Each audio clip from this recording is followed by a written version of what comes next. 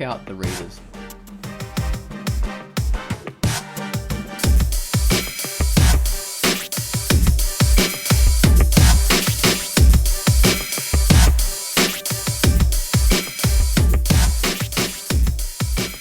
Hello and welcome to the Quackcast. This is the Bodycast this week, which is a name coined by Baines. Clever guy. We're talking about injuries in comics and pop culture in general, and how it's not always accurate, and how it just has its own reality in a way, which is quite interesting. A lot of things in media do. So before we get into that, got to mention the featured comic. Featured comic this week. Oh, I think I featured a comic this week. It was me. Do I remember what it is? I've got no idea. Yes, I do. It's called The Sagas of Sealho. So, I hope you enjoy The Sagas of Sealho. Hello, I'm Ozone Ocean. My feature for the week was The Sagas of Sealho, a fantasy sci-fi world of interconnected planets and overlapping civilizations and the relationships of the people who inhabit them. Lady Eason must make her way from the fabled elven lands of planet Sealho and journey to the human worlds in hope of recovering a magical book sacred to her people, and in the process, maybe recovering a lost love. This is a relationship-heavy drama fantasy sci-fi story that features detailed realistic drawings of human form in black and white, with a lot of nudity, non-sexual, so be aware of that because this is allowed in our M rating, just normal nudity. The Sagas of Sealho, it's a very, very beautifully drawn comic, fantastically realistic characters. Story's a bit slow, but you'll get into it and hopefully you'll find something there to grab you and make you continue with the comic and see what happens next. It's a really, really good looking work, and I'm looking forward to seeing how this one progresses. It's all in black and white, so don't be fooled by the colour images of the cover. It's not all nice and bright and coloured like that, but it still looks good regardless. It's a fantastic piece of work. So, have a look at The Sagas of Sealho. This is a comic by Roberto Fabris, and it's rated M. Oh yes, English is not his first language, so forgive any mistakes with grammar. Alright, read it. Write it down. And that was the featured comic, which was Sealho.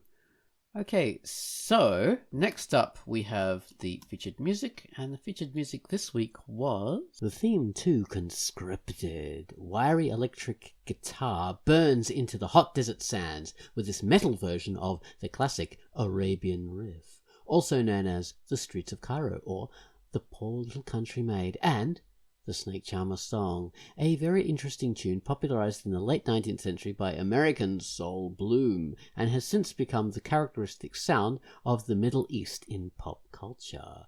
Gunwallis's version for Conscripted is heavy, fiery, and strong.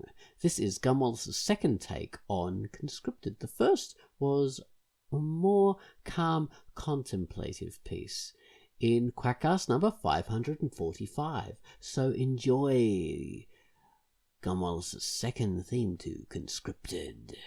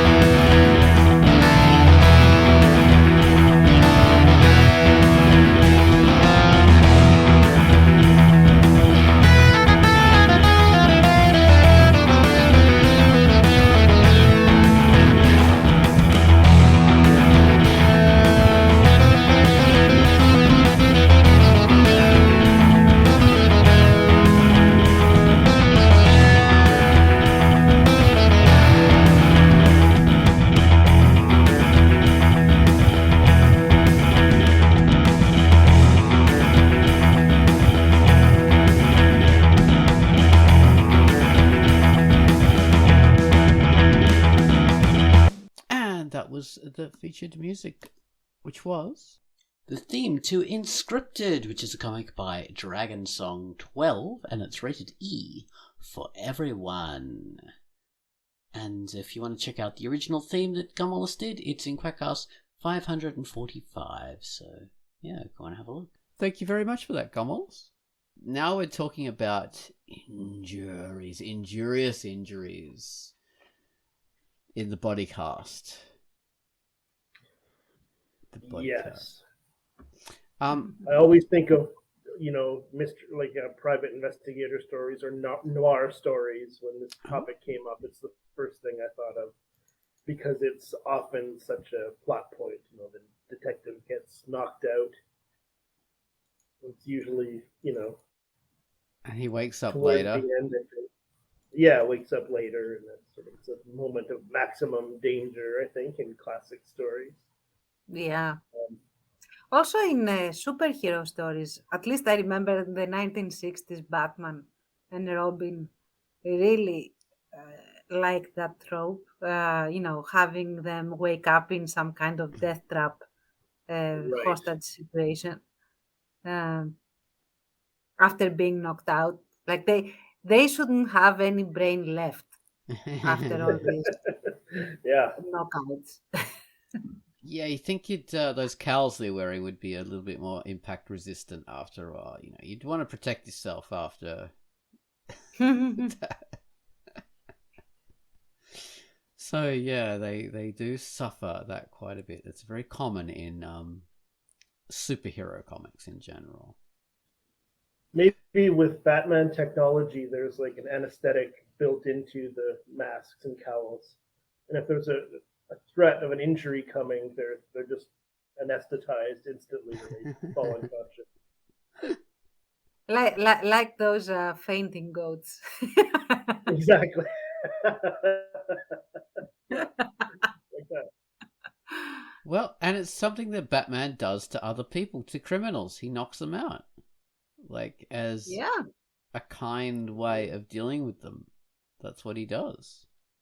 He gives them all brain injury. They are all,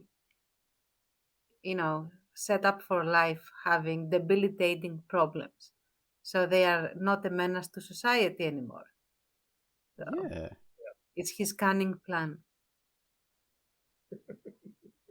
I really thought of it in the Daredevil show, the Netflix Daredevil series on Netflix. I just said Netflix twice, but you know what I'm saying. Mm-hmm. Very brutal fight scenes. I don't think he really kills anyone, if memory serves, but the beatings are so brutal. It sort of feels like all of these people he's fighting are going to have a lifetime of recovery. Very challenging decades ahead. Yeah. But it actually applies to, because that show is so brutal, but it applies to other shows too. That, what we were really talking about was shows that don't seem that bad. Like they're sort of to get the hero from here to there. Yeah. Say they're breaking into a headquarters or something, and you don't want them killing everybody. It's not that kind of comic or show or whatever. So they're just knocking out people willy nilly because they can't leave someone there to warn them, but you don't want them killing a dozen people. That's not what you want your hero doing. So it's just boom across the back of the neck or head or whatever. I remember, again, anime is super guilty of that. Rurouni Kenshin's entire character design is focused on beating the shit out of people. With devastating injuries, because sword or not, he supposedly has a sword that doesn't cut, but it is a big stick of metal, so he's basically clubbing people to death because he has no problems hitting them over the head with that thing. But even if we don't take that into account, he gives such severe beatings. We're talking internal injuries, internal bleedings, uh, huge things. So, but it's an anime, so they heal from all of that. It's like a paper cut or something. So Right. Wow, yeah. He's because he's got a katana where the outside mhm. is Reverse inside blade is sword, sharpened. Yeah. yeah, Sakabato.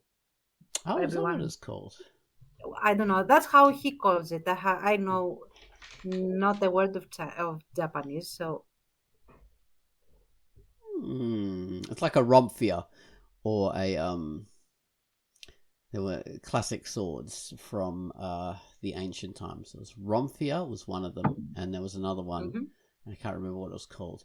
But these things were classically curved swords with the inner curve being sharp and the outer curve being blunt. But more mhm, realistic than Kenshin sword because you can actually make a katana that way. Because the mm-mm. whole reason it's curved is because you harden one side, which forces it to curve. So if the inner Mm. part is like curved, then it's not hard, so it would blunt. And anyway, the technical stuff. We're talking about injuries, not sword making.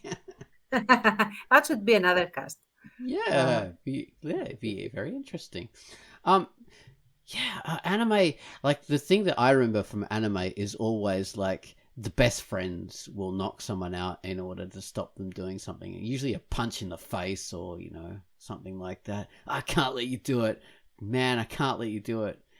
Punch in the face, and then they do the dangerous thing instead of them, and that's super kind, super nice. Only friends do this for other friends. yeah, yeah, Yeah. When we're and of arguing course over who to pay the bill at a restaurant, happens all the time. Yes, I think I've yeah, seen that. Yeah, it's like Yeah. super trivial things. Exactly. and of course the friend is always okay. Like they wake up and they are fine. There's nothing wrong with them. So Yeah. Nothing ever happens. I think it's a common thing. Like Bane said, it like maybe that started with the whole noir detective stuff, but in terms of that, that's a more realistic kind of use because in the noir detective, they're not doing it as a kindness.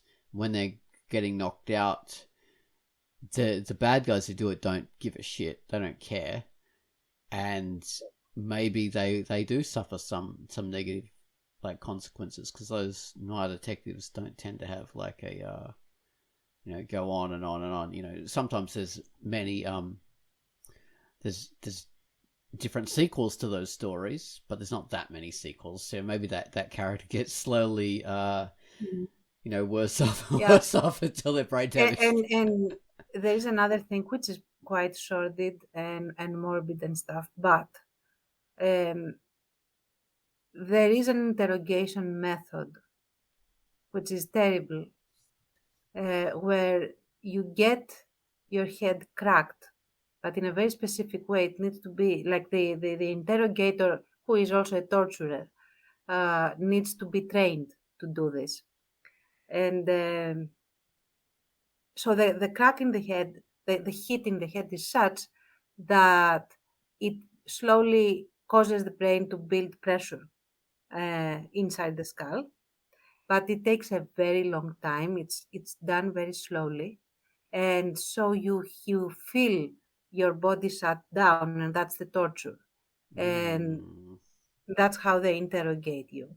Uh, so you know that if you don't talk, you are going to die by basically suffocating in your own, like, because your brain is basically shutting down. It's swelling and it's shutting down. So that is an interrogation method, unfortunately, done by paramilitary units. Man. At least in Greece, it was a thing. Wow. Um, so yeah, um, Wow. maybe it originates from there in the sense that a lot of noir stories have the detective captured in order to answer certain questions. So it could have nefariously originated from that thing. So Sure. Yeah. Well, that's the darkest kind of area to go into. let's yeah, climb back out of that deep dark hole. sorry about that. So yeah. Head injuries can be like not. We shouldn't really take them lightly because they are can be extreme. I think I mentioned in the video my favorite thing is Archer because they do a lot of injuries in that show, and they actually talk about like don't knock someone out. That's dangerous. It can risk brain damage. Like how long's that person been out? They should go to a doctor. So, and you have people start to slur if they've been knocked out too long, which mhm. is quite realistic. Yeah. So Yeah, and, and, not a and, good thing. and that's a service really to society because people have to be taught that this is a dangerous thing because it is such a prevalent trope. The knocking out is okay, non-consequential. Yeah. Yeah, and it bloody is. All Mm-hmm. injuries are. I mean, we talked about we briefly mentioned, I think, in the video that gunshots to the hearing is a severe thing that can be incredibly bad. Like we have explosions and people like hear a kind of thing and everything's blurred out, but just the gunshot is Mm-hmm. bad enough for that. They're exactly as loud because they are an explosion. Yeah, It's the same thing. It depends on the size especially of it. Yeah. especially in an enclosed space, but even in the outdoors, if it is close enough, it's still a problem. But especially inside, if you are inside and people are shooting off guns, you might as well kiss your ears goodbye for a while or forever, depending on how much you're exposed. So, Yeah, I mean, it depends on the size of the ammunition being fired. Obviously, if it's the smaller the pistol, the quieter. It's not going to be quiet, hmm but it's going to be less damaging to you. hmm But the bigger the gun, the worse it is. Like a big 50 cal or yeah, something like that. Forget it. Big hmm machine gun, my God, no. no, But yeah, even like a submachine gun, because that's going boom, boom, boom. Those might be small bullets, but it's doing a lot of them in one go, so that's going to yeah. deafen you. It's like a small cannon, really, in sound. Uh, like a small cannon. I don't know, but it sound like it sounds very heavy and very loud and concussive in a sense. Mm, So, it is. It's literally mhm. concussive. So Yeah. yeah, ear protection is a good thing for your Mhm. comic characters to wear, or at least Yeah, show. if you have them in a shooting range or in a situation where they control the environment, show them wearing earmuffs of some sort. Or Uh, show them having the consequences of having a yeah, gun fired too close to them. yeah. Like the people going into the silo in the end action sequence of Without Moonlight, where you do have people not fighting, but they are all deaf. Nobody can hear. So you get that E sound without an Yeah, explosion. It's just because they are firing the guns and Yeah. shooting down the doors and stuff. your ears get Or yeah, there is overloaded. an explosion as well, but yeah, all of it. Everyone is deaf. That's why there are no sound effects. Just the E. Oh yeah. That's a cool nuance to Yeah, yeah, a little bit of a realistic thing. I remember the first or second episode of The Walking Dead, the show. I don't know if the comic did this. I've never read the comic, but a gun goes off inside a tank, and they do that Ooh. effect. Like the character does go deaf, and you hear this Mhm. sound at least for a little while. Yeah, shit. I haven't Yeah, fired many guns in my life, but when I have, it was hurt my ears, like even with earplugs. So that didn't yeah, really they're loud. save me. Like a full, the ammunition's like 303, like like full rifle bullets. So the quite large full power ones. But yeah, like really, that was not pleasant experience for my ears. And I always see, like, in movies and stuff like that, they bang, bang, bang, and like, there could be other people around, they don't hear it. What the hell? You're shooting these people, and you're still like continuing on with your like secret action stuff without everybody in the whole block hearing you. How? For sure. Like, even a pistol's Absolutely. loud enough. Oh, jeez. Yeah. They're incredibly noisy things, guns, unless you've got like a suppressor. Yeah, but And even so, that's another thing. The suppressor is not going to make your gun absolutely quiet. no, well, That's another trope that is not really true. that's a complicated one though, because Yeah. on one hand, like, commercial suppressors tend to be, they just make guns a bit quieter, which, more bearable and safer noises, and also get rid of like muzzle flash and stuff like that, so it's not all burning gas. But say, like, if it's like super secret military stuff during the Second World War, then they had Okay, yeah. like they had a lot of rubber baffles in these things, which meant you Mhm. can only usefully use this thing like 3, 4, maybe 5 times, and then it's no good because you've shot out all the baffles. So the bullets like pierce the rubber, and it makes too big a hole in the gas escape. So it's going to make, noises.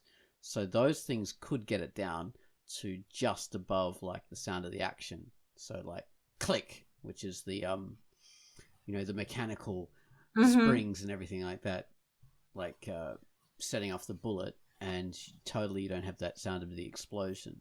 So in that kind of case, but that's extreme, and you can't really sell those commercially, because what would be the point if you have to change everything about your suppressor every 5 shots? It's totally Yeah. freaking useless. So yeah, Yeah, it's that's the thing. As a rule, let's say as a rule. yeah, So if you really want a suppressor that is super silent, you should, and you want to be realistic, just make a point of explaining that this thing is special grade of some sort. Like it's a special issue, or jury rigged to be very quiet. Something that implies that the commercial suppressors are not that quiet. If yeah. you are interested, I mean, it's not, nobody's going to say anything if Well, you don't yeah, do it'd it. If make you you are, more and that interested. leads us into this week's sponsor, the commercial. Maybe next time. Yeah, let's get a suppressor manufacturer to let's Yeah. go to the firearms industry. We need that. Oh my god, Heckler yeah, and it's Koch sponsored this week's Quackcast. Smith and Wesson. oh That's my why we'll be god. doing yet another episode on guns this week. We're gonna do an episode on guns forever. Oh my god, Exactly, we it's a have to gun do. podcast now. Yeah, we do have to do a gun cast. That would be cool, because there's always guns Mm. in comics, and they're hard to draw. Oh And my god, yeah. So to speak. yeah. Yeah. Well, I love that. Oh man, my costume today, like, I'm wearing this full mariachi sort of outfit, but like with a gun holster, and I've got this like a toy gun, but it looks real because it's like one of the old style like cap guns, so it's metal, looks like a a peacemaker or something like that. But because it's a proper holster, it's got a little safety loop that goes over the hammer, so you can't draw it quickly. And every time someone does something, fun or whatever, I want to draw the gun to make a scene, but I forget this little thing's on there, so I'm there like pulling it, embarrassing myself every single time. So guns are Yeah. very hard to draw, literally, Baines. You are correct. There you go. Humiliated myself so many times with that damn thing. You should get, one of those gunslinging cowboy ones that have no loopy thing Oh, I mean, over it the it you don't have to put the loop on there. I just do it so I don't want to like drop the gun or have someone grab it or something like that. But I just automatically put it on like a dumbass, like everything, because I'm safety focused, you know. You're a responsible gunslinger, that's all. It would be dead in the Wild West. Yeah. But going back to, since we're talking about guns, let's talk about gunshots. So, GSWs. And you have the trope of always, the character, especially if they are a very tough character, they just sit, take a moment, they hide somewhere or whatever, and they dig out the bullet. Because, of course, the God. gunshot is never like a penetrative wound that has entry and exit wounds. It's always a wound that retains, like has just entry wound. So you have to find the bullet and stuff. And that is a no-no. Like you don't do that in real life. You leave that sucker in. You don't dig inside. You just bandage it up, put pressure, leave it as is. Because, go on. I was just going to say that is a constant myth in these movies and TV shows and comics. They're always digging out the bullet. They go to some, like, if they can't go to a normal doctor, they go to a vet or something. Or I used to be a doctor until drinking ruined me.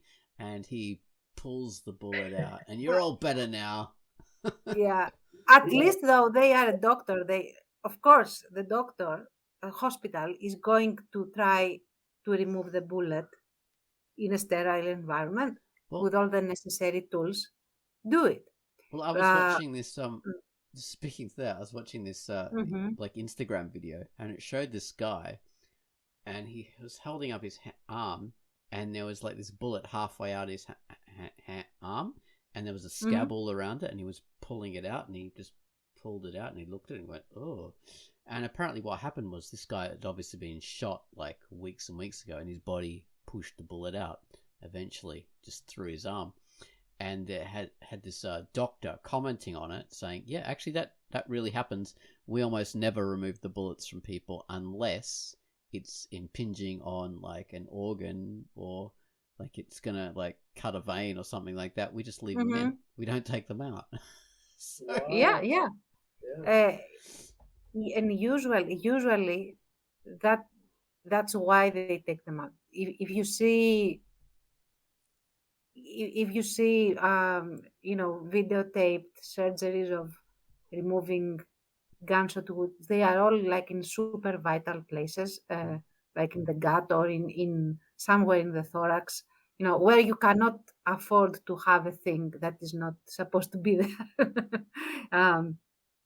there. That's when, however, that's like hospital care after first aid, after being taken there. Before, nobody removes anything.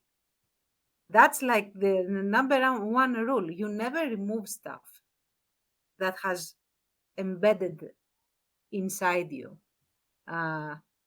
because you are guaranteed to make it worse and you might bleed out. So there's bullets and stuff. Even a knife. If you get stabbed with a knife and it sticks in you, don't pull it out. Leave it in until you go to a doctor. Yeah. We do have a saying. I don't know if it is just in the Red Cross or everyone has it. I don't know. But it is like if your ex stabbed you, if she loves you, she leaves or he loves you. They leave the knife in. If they hate you, they pull it out. So yeah, that's a weird thing, but with the blade in, you're less likely to like bleed out or whatever, and less damage, for sure. Yes, which is quite horrible to talk about, but yes. Consider Don't it have a your character pull it out. Yeah. Don't have your characters pull knives out and stuff Yeah. and get better, because they're actually, it's the opposite that happens.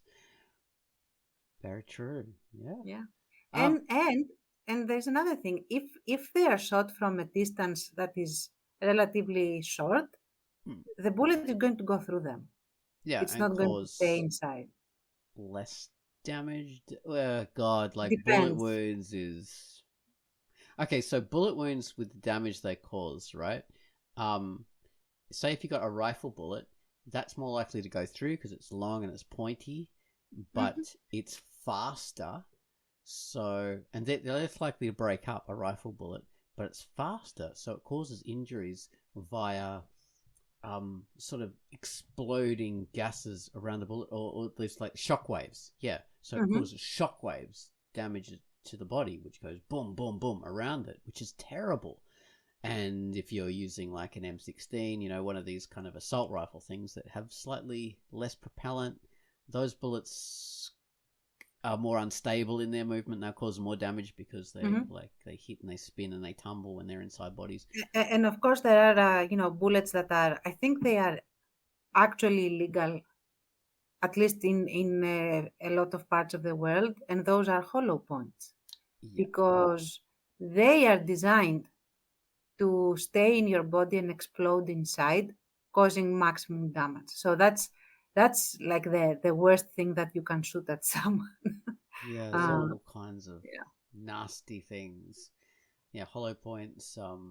Like a full metal jacket is a better one to be shot by because it's not gonna like break up. But just even lead bullets, they'll tend to break up and shatter through the body, so mm, that's gonna cause like more injury. So they're without a copper jacket on the outside, so it's they're more likely to shatter because lead's a softer metal. So yeah, bullets. It's a very different thing. There's no yeah, one size fits all rule to bullet wounds yeah. and gun types and that kind of stuff. But if you go, for the standard story bullet, which is like this small pellet kind of thing, it ends up being a pellet, inside you or whatever. Leaving it in means that you have the least possibility of infection as well because it sterilizes. Yeah, because the heat. Yeah. Mm. Uh, so, having your characters aware of this enough and actually lean into the whole thing of, okay, we are not touching it and we are just tying it as we should, blah, blah, blah. That is going to be A class storytelling. And I want to shout out the comic that I really love, uh, which is called, it's another war comic, I know, shocking. Um, and it's called the Second Crimean War.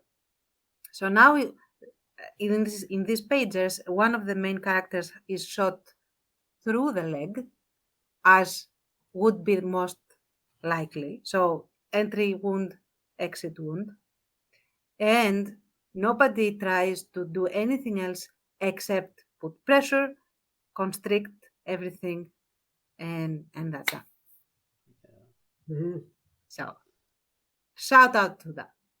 I love it. So yeah. Yeah, and you're very fortunate if it just goes through muscles, but even then it can cut veins or Yeah, it has cut a arteries. vein, of course, because it is a story. Yeah, But yeah. it's one of the most realistic depictions, is what I'm saying. Yeah, which is a good thing. Like, where do you get shot in movies and TV series? Mm. Always in the shoulder is where the hero gets shot, and it's a survivable thing. Which Whereas, is again a myth, by the way, because if you get yeah, shot in the shoulder is a junction of vessels and nerves and bone. So if you get and there is also the joint, pretty much a lot of stuff going on in the shoulder. If you get shot there, you are at high risk for having nerve damage, muscle damage, bone damage, all of the above. you could Like lose the arm. you could lose the arm. Yeah, so it's but totally survivable, and they can still Yeah, go and on. it's cool looking because it's the shoulder. You can have the blood dripping down the arm, especially if there are biceps there. All of that. Always, Jesus, yeah, and of course it depends on the kind of gun that you shot by again. So if it's a pistol, more likely to be survival, especially distance. Oh, that's another thing, distance. If it's Yeah. a close range shot, it's more likely to go through, but it's more likely to injure really badly. If it's a distance shot, well, it's more likely to be blocked by something or to be a less wound if Yeah. it's a pistol. hmm So And it might stay in, but it might also be very shallow. So if you are, far enough away. exactly. Oh, and you never ever have someone blown backwards with a gun. Oh no. It's a TV trope, movie trope. Yeah. If that were to happen, that's an insta kill. Dude is not getting a backup for sure. It's crazy, isn't it? Yeah, Jesus. They always Ah, do it. yeah. Like, It's cool to watch. I love it. I love to see it. I'll be honest. I like it, but it's not realistic. And depending on what kind of story you are trying to tell, realism in injuries will go a long way in making your story stakes more like higher, I guess, like higher story stakes. Yeah. And of course, we have to mention the trope of bandages heal everything. So you have, injured character, they are a mess. Then they are covered in bandages for like 2 pages, and then they are back to yeah, normal. they're all better just from bandaging them up. That's all you hmm need to do. Just put a bit of alcohol on there, tip some whiskey on there. Yeah, or vodka if you are especially tough. Oh yeah, if you're Russian vodka, or you burn it out by putting Oh like a red yeah, hot poker, and that heals it. I mean, a bullet has already done that. You don't need to yeah. go You and don't and need do that to, my again. dude. Yeah. It's just gonna cause catastrophic injury. hmm Oh dear. Right, speaking of burning, so that's another thing. Burns. Like I discovered, I think last year. Okay, I discovered a new kind of burning because I've always had like the typical burns that everyone had. Like burning your hand on hot saucepan, like hot plate of metal, like accidentally having your hand go through fire or a candle, or those kind of typical burns. But I discovered Yep. the burn from a flash burn. Oh my god! And Mm. this was something that I never knew was possible because burns are always like, okay, so I burn my hand on something. Takes a few seconds for that pain to really ratchet up and hurt, and it can hurt like it can get blisters and stuff like that.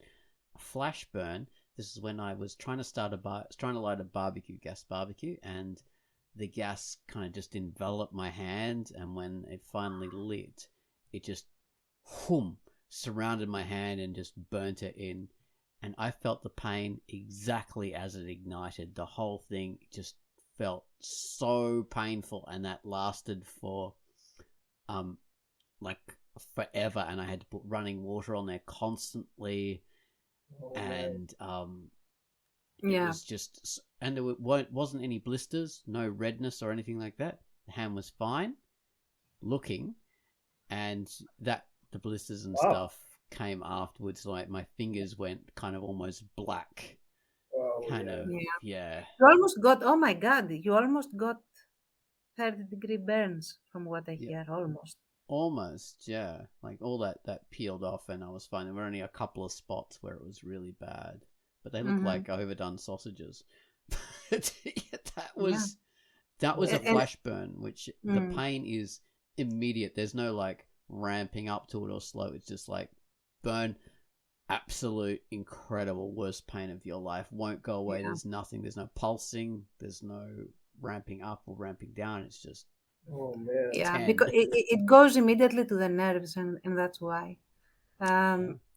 And there is also the friction burn, which Oh yeah. again stories ignore. You have a character that is, take Indiana Jones for example. He lashes with his whip. He lashes the bumper of a car, and then he slides on his back for a few kilometers.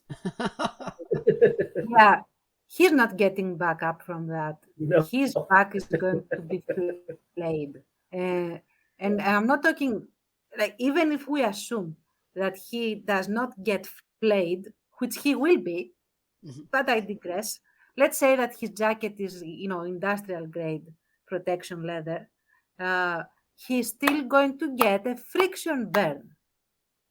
Yeah. Friction burns are the worst because they behave exactly like, your standard burn, but they are not from heat. So there is nothing you can really do about it beyond, like an injury treatment, like clean the wound and stuff like that. But it behaves like a burn. So that what does that mean? That means that you have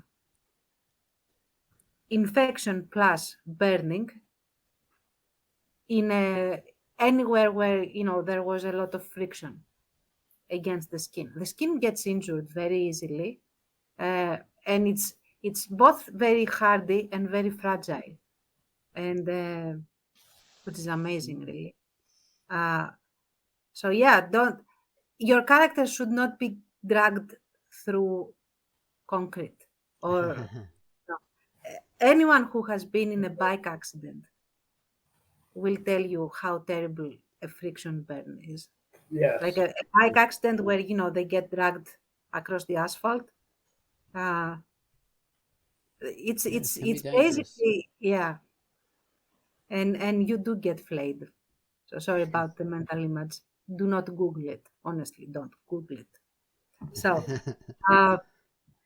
yeah, so there's also that, and skin might not come back the way you expect it to, and that means that you might get scarring, but it's not just the cool scarring that we all like on our characters, and I'm the first one that likes cool scars. It's the type of scarring that is a maiming, and that means that your skin will not work well after that, at least in Yeah. that area. And You if it is stretched a large, yourself. if it is a large enough area, then you have a problem because your skin does a lot of things. It is an organ. So keep that in mind. Well, and okay, so speaking of friction burns, if you ever have a character that's sliding down a long rope from a long distance, you can't do that. You just can't. There's a limits to it unless you're doing proper abseiling where the rope is kind of letting itself out as you're going down, which protects you against that because it's like it's moving with you. But if you're sliding down a standard rope or a cable, you can't do that for very long because you're It going will to cut get through. burnt. Or it cut will cut your through. gloves. Yeah. Mhm. Or it will heat up the glove enough that the glove will burn you. So I mean, I've done that. I did back in my early 20s. I did some sail training on square rig ships. The ships with the sails and everything like that, really high masts. And I thought it would be fun to climb up to the very highest mast Oh my and God. slide down the stays. And the stays are ropes that hold the mast steady. So they go all the way down to the deck. And I thought, I'll just slide down this and be a smartass. And they're covered in tar to protect them. So, yeah, what happened was I was sliding down really fast and then suddenly my gloves started to smoke and holes started to get eaten. And these are proper leather, like sailing gloves. And I got holes eaten through and they were smoking. And I thought, oh my God, that started to really hurt. So I had to like grip my whole body around the damn thing and just go, edge down after that. Yeah. There is a really cool scene in Hacksaw Ridge around that, rope burning, where it is very much, towards the end, where he's rescuing the last few people from and trying to get them down a cliffside. So he's holding the rope, but he also has to let them down fast because the Japanese are attacking. and the rope is burning him just with a few swift like jets of rope that he's letting down, because there Yeah. is an unconscious guy on the other end of the rope. So yeah, I also like I cringed a lot because that's a terrible thing to experience, like always has said. But it's also really cool to see that they thought to include that. Yeah, it doesn't take much for the rope to suddenly just Mhm. burn, like physically catch on fire almost. Yeah, like that's what it could do. It's dangerous. It's evil. Um, Mhm. right. So we're covering a lot of general. Okay, broken bones. That's another thing. Mm. In Broken bones aren't really as frequent because you need to have a splint or a cast. You are debilitated for a while, so the action cannot happen as much. So you need Yeah. at least a couple of weeks, at least, if not a month, of waiting around for the bone to heal. So I haven't really seen a lot of action characters get broken bones. At least Yeah. before the end game, I guess. Before that, Yeah. yeah. I haven't seen any of the Fast and the Furious movies, but one of the ones with The Rock, apparently he gets a broken arm, and it takes him out Oh. of action. And it cuts to him later in the hospital before the end, the Act Three, I suppose, and he has to go back into action to help his friends, I guess, or whatever. Like I said, I haven't seen these movies, but he flexes to break the cast. Oh my god! Oh my god! I he would could have laughed. probably do that though, Yeah, because he's that's got so really much funny. additional volume. Because okay, what happens with a flex? I think is there's a lot of blood that enters a muscle, so it increases the volume. Um, or the fibers that would widen and stuff like that. So it, At most, depending he on would how cut off strong the cast is. circulation in his cast. It would not break. But it would be, it's hilarious. I just think about it and I laugh. I love it. I have to watch it now. And he doesn't need Uh, a cast because his muscles are so strong they'll set the yeah, bone. I don't Yeah. even know which sequel it was, Part 12 or something. Whichever one he appeared. Or okay, I'm jumping around from the I'm back to the bandages now Go for it. because the cast is basically bandages that harden around your broken limb. Yeah. But have you noticed if a character has bandages around their head, very very frequent thing, their hair always juts through the bandages, up. It's very styled, is what I'm saying, Yeah. with the bandages, and nobody ever gets their head shaved off, which is something that happens if you get a head injury that Head needs, injury, yeah. 'Cause it's especially a head injury that needs a full head of bandages. Yeah, you are losing your hair, my dude. So yeah. yeah, you don't want matted hair full of blood and gunk and stuff. Hmm. Jesus, that's disgusting. Yeah. They're not going to clean that for you. Put your little bandages on all nice and neat. Ew, no. Yeah. And actually, I remember this a neat little story. There was this girl that came to the ER while I was serving the Red Cross there, and she needed like 3 or 4 stitches in her head, and of course she had very long flowing hair because of course, and she was crying more that she would get her hair shaven off than anything else. So the doctor took pity on her and he said, okay, listen, what we're going to do is I'm going to be surgical with what I shave off, just enough to keep the area clean. And for the while this thing heals, you are going to keep your hair slicked all around and let this thing be exposed in a sense, like this little like clearing that I'm going to be making. And then after that, nobody will see it because, all the other hair is going to cover it and stuff. And that's how he got her to cooperate. Wow. Yeah. Jesus, yeah.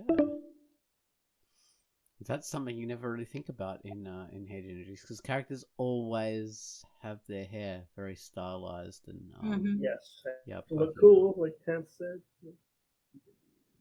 Stylish. That's something. All right, eye injuries.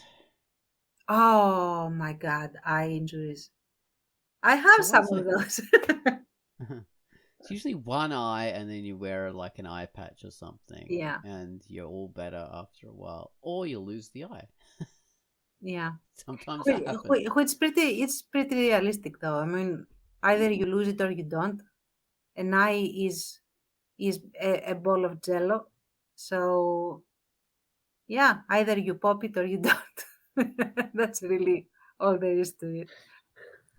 Or it's very common in the old action kind of things. When someone gets like they have one eye scarred and it's white, and there's the scar that goes through it, and that's like it's a common thing. Like at some point, I have that. I have that. Yes, I'm yes, guilty you of do. that. And there is an explanation for that, though. That is a trauma cataract. So that is a cataract that has happened as a cause of trauma, and that's why the eye looks milky, because you have basically membranes sometimes having developed scarred. It's scarring because there was an injury. So the scarring is such, to heal this injury, that basically renders you blind in that eye because it doesn't allow the light to go through. Well, there you go. Mm-hmm. One of the weird things that I've noticed, like for a lot of eye injuries, is the doctors tell you, no, you must not wear an eye patch. It'll make it worse. It'll irritate it. So there's a lot of injuries involving the eye. You don't wear the eye patch. Yeah. Wearing the eye patch only makes sense, after surgery, and not for a long time, like only for a couple of hours until everything sets, and then you just take it off. It's more likely that you will be told to protect the eye from light than anything else, than keep an eye patch on. Or to disguise the ugly socket where your eye used to be. Yeah. But that is a cosmetic thing. And if you do need to cover your eye, it's likely that both your eyes will be covered, because what you want is the eye not to move around trying to look at things. And that's why they do it. And that's why Fotis has a full blindfold when he gets his eye injury, because the idea is for the eye to be completely immobile. And that's why he has it for a while. Yeah. Okay. All right. Well, the worst injuries that have happened in Pinky TA, is someone being cut in half with a machine gun. That's happened. No bouncing from that. No. It's not recovering, and people being exploded and just shot to death, burnt to death. That's happened as well, like with flamethrowers. So there's a lot of death in Pinky TA. No death in Bottomless Waitress, thank goodness. Well, we had a fantasy. Yeah. We don't get to see that though. So in Pinky TA there's a lot, and Pinky actually gets badly injured when rockets go through the side of her mecha, and the plasma jet from the rocket, or burning metal from a rocket, goes through and does something to her legs. Yeah. So we don't remember that after that. Yeah, very memorable. not sure what happens. I've never written anything after that particular line because the next chapter is something earlier in their story. So Yeah. I don't know. Maybe I never will. Have her show up with a blindfold on. It won't make sense. It's the wheelchair and no legs. Yeah. That's how she Oh, ended man. up. The thing is, in general, is if you don't want your characters to be permanently injured, don't give them injuries that look cool but would leave something back behind. I mean, after they heal, because I don't think people really gripe about this thing, but it adds to the realism and it adds to the severity, and there is a bit of a respect, like, oh, okay, here are some cartoons that are getting shot up every once in a while, or these are real people, and it hurts when they get hurt. So Yeah. Be interesting to have a character that would just has injuries and they just multiply. So, we've got a whole character, then they get injured in a comic and they eventually lose the arm and then they eventually lose a leg and, they end it's up only a flesh wound. bits and pieces. Yeah. But yeah, That's what happens. and sometimes consider to give your characters problems that are not directly visible as a result of injury, because I think that is more pervasive and it can pop up when your reader does not expect it, if you also remember it, of course, to do it.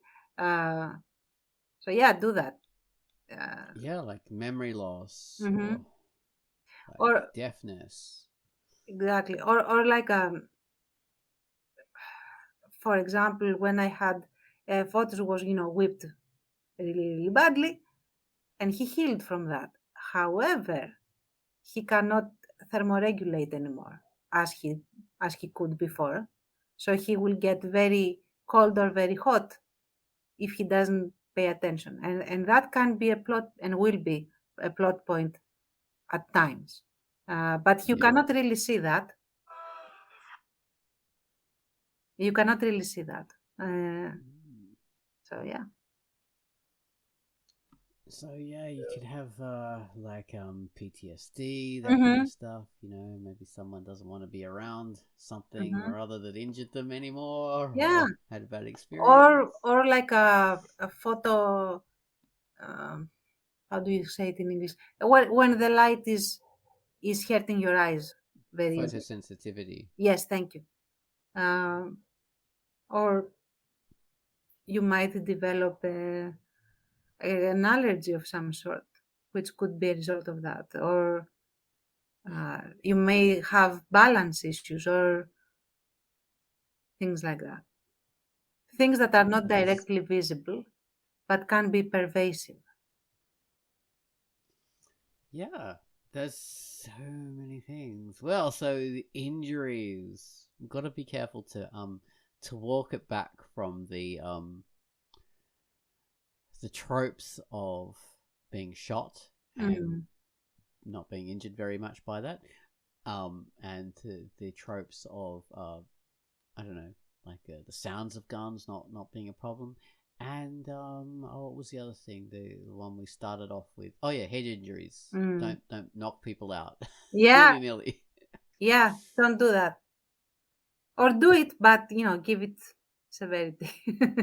Yeah, always consequences. Yeah, that's one of the things. Like I was saying, there was some things that exist in a parallel reality. Spies in fiction or cowboys in fiction are nothing like spies and cowboys in reality.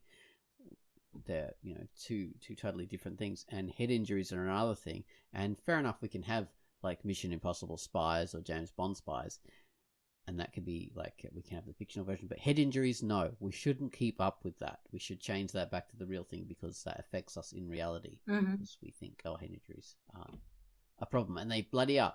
Okay, so we are about at the end of our time here. Yeah. So thank you very much for being on the Quackcast, Baines and Tans. Thank you, and thank you, listeners, for listening to the end. Thank you. Yeah, we'll thump you on the head. Better than All getting right, I'm good. knocked out. Indeed. So, bye-bye, and we'll talk to you next week Bye-bye. about Ciao. things. Arrivederci. Bye, guys. And thank you. And watch it. Please. Yeah.